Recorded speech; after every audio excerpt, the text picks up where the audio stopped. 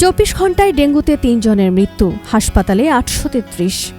Dengue জ্বরে আক্রান্ত হয়ে গত 24 ঘণ্টায় আরও 3 জনের মৃত্যু হয়েছে। একই সময়ে সারা দেশের বিভিন্ন হাসপাতালে নতুন করে 833 জন রোগী ভর্তি হয়েছেন বলে জানিয়েছে স্বাস্থ্য অধিদপ্তর।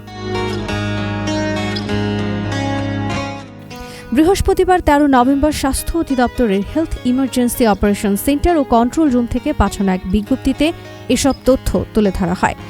প্রেস বিজ্ঞপ্তিতে বলা হয়েছে, গত 24 ঘণ্টায় হাসপাতালে ভর্তি হওয়া রোগীদের মধ্যে বরিশাল বিভাগে 113 জন, চট্টগ্রাম বিভাগে 119 জন, ঢাকা বিভাগের সিটি কর্পোরেশন বহির্ভূত এলাকায় 158 জন, রাজধানী ঢাকা উত্তর সিটি কর্পোরেশনের 167 জন এবং ঢাকা দক্ষিণ সিটি কর্পোরেশনে 116 জন আছেন।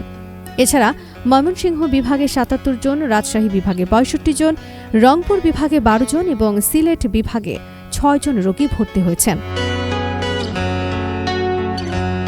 একই সময়ে মোট 859 জন ডেঙ্গু রোগী চিকিৎসা নিয়ে হাসপাতাল থেকে ছাড়পত্র পেয়েছেন। চলতি বছরের এই পর্যন্ত মোট 78,848 জন রোগী সুস্থ হয়ে হাসপাতাল ত্যাগ করেছেন।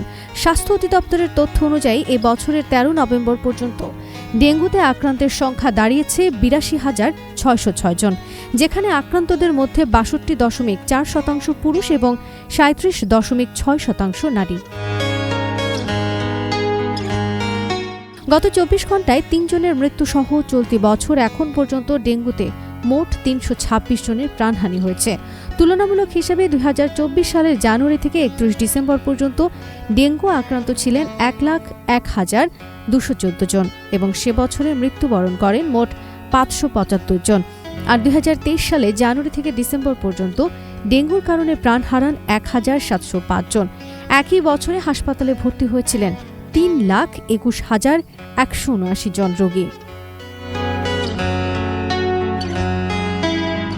Desk report, the Muslim Times.